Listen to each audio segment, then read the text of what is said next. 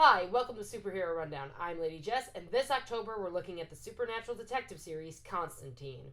And no, I'm not deeming the movie reviewable for two reasons. One, this series is much better by a wide margin, and two, Keanu Reeves doesn't ooze the kind of sex appeal that Matt Ryan, who plays Constantine in the series, does. Constantine is a DC Comics character from the Hellblazer series, which mixes the supernatural and real-life horror. In the comics series, John Constantine ages in real time, as the publication ran for 20 years. The writers placed cultural and social commentary in the comics because of this. So this series is about John Constantine being an occult investigator with a taxi cab driver named Chaz, It Will Kill Me and I'll Be Back in a Few Hours Chandler, and Zed Visions Martin. Manny Exposition Angel also pops in from time to time to help John in the least helpful way possible.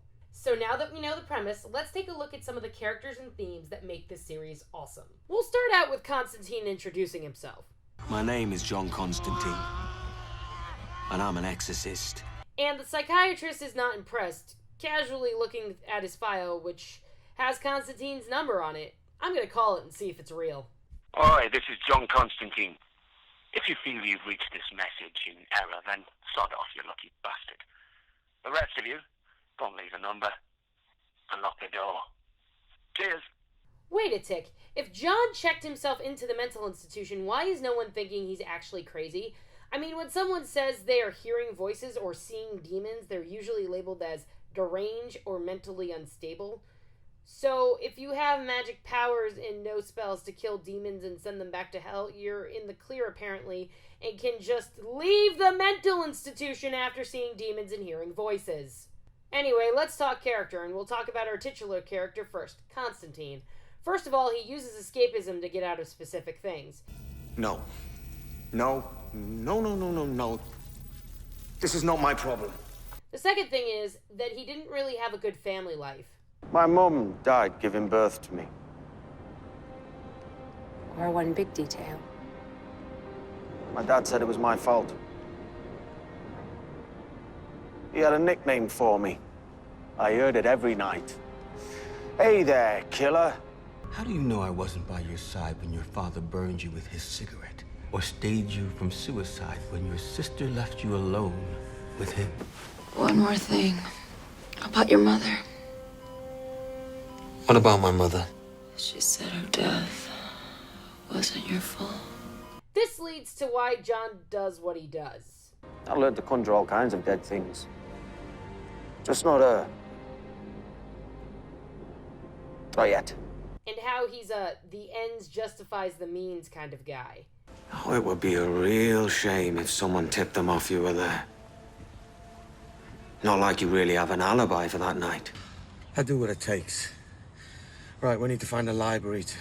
Then we get Chaz Chandler, who can totally die, but he isn't afraid to drop some truth on Constantine when it's necessary.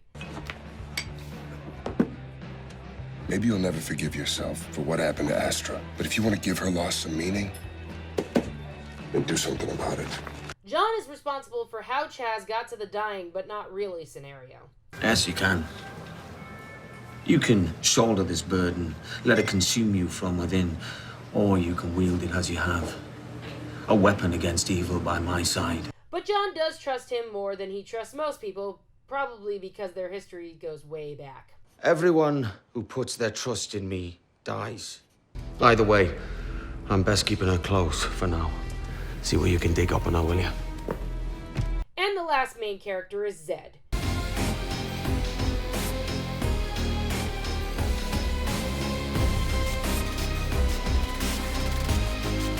Zed is mysterious and interesting because she seems to trust Constantine and not trust him at the same time.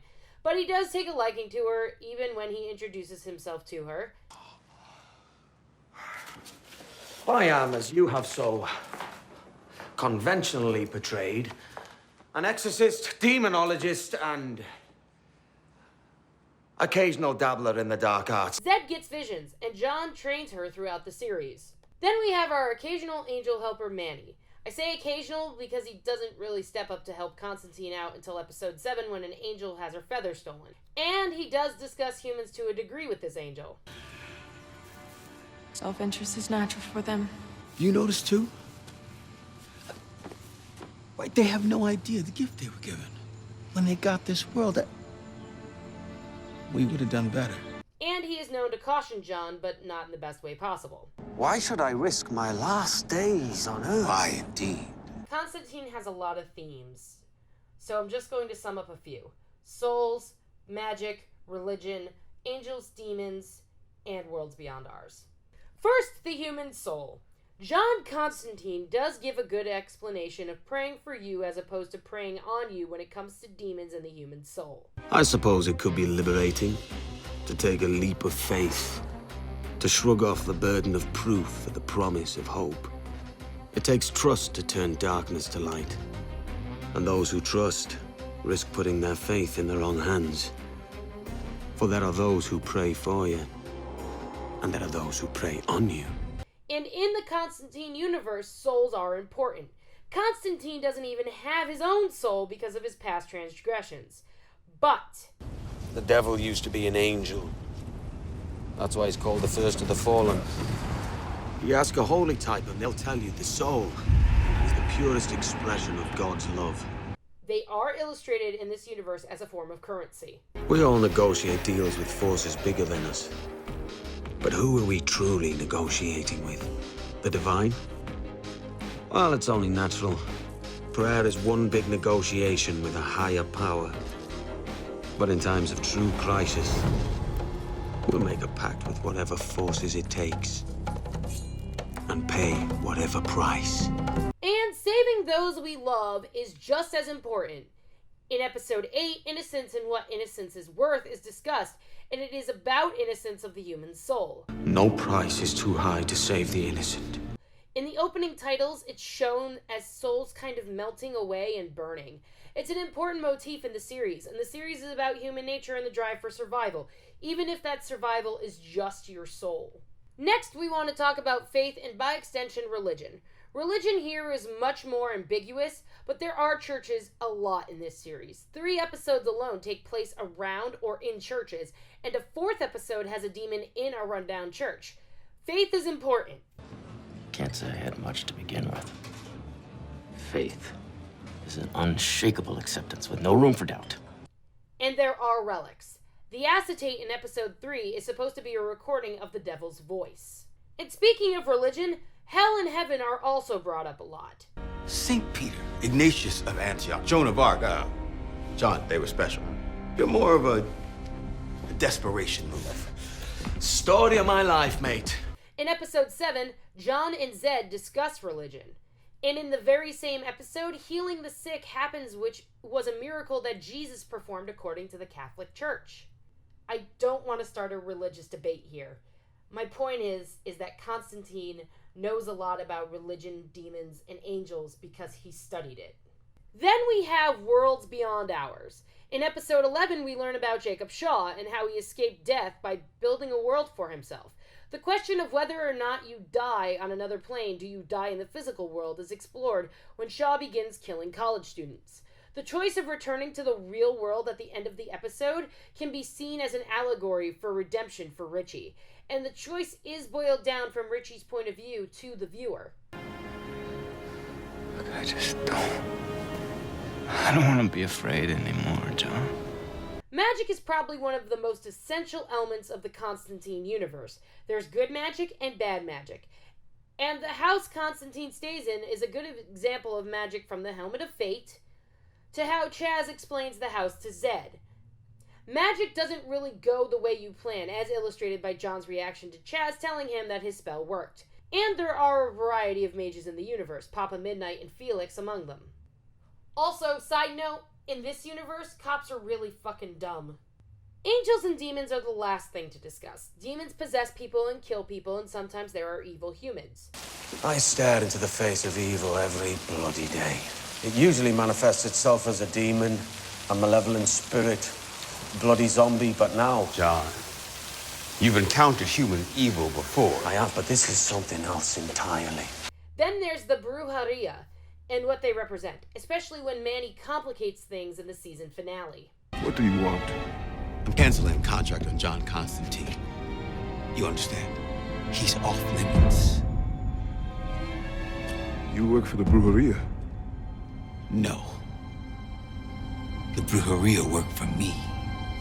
And seriously, why would you end it like that?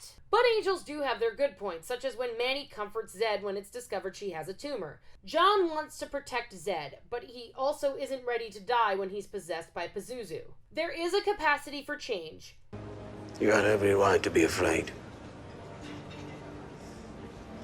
And you know what I always say, guys? Everyone has the capacity to change. And there is failure. Do you hear her, Tom? The girl's in pain. Are you really gonna fail her again? Like you failed so many others.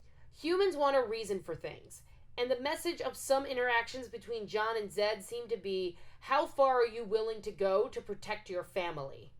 But there are some funny moments too. Follow me. I think we should do what she says. All right, but we don't have to just jump when she says it. Okay, that's long enough. Let's go. So you know this bloke? He was friends with Adam, my teaching assistant. All right, we need to talk to Adam. Okay, so just that would be talking, meaning talking, right? Not harassing. Oh, yeah, well, you know me. I'm well versed in the art of pretending to be a gentleman. It's a fun and dark detective serial that sheds some light on the good and the bad in the world, supernatural and other. Constantine was canceled earlier in 2015, and no lobbying from fans or Matt Ryan himself seemed to help. At least until Stephen Amell heard about it and said, "I'll guest star in Constantine. We take place in the same universe." Then Arrow's staff worked Constantine into season 4, which will hopefully create enough buzz to revive the show. I adored this series, and I'm kind of sad that it was cut short. But in December, join me when we look at Marvel once again and go to Netflix for Daredevil.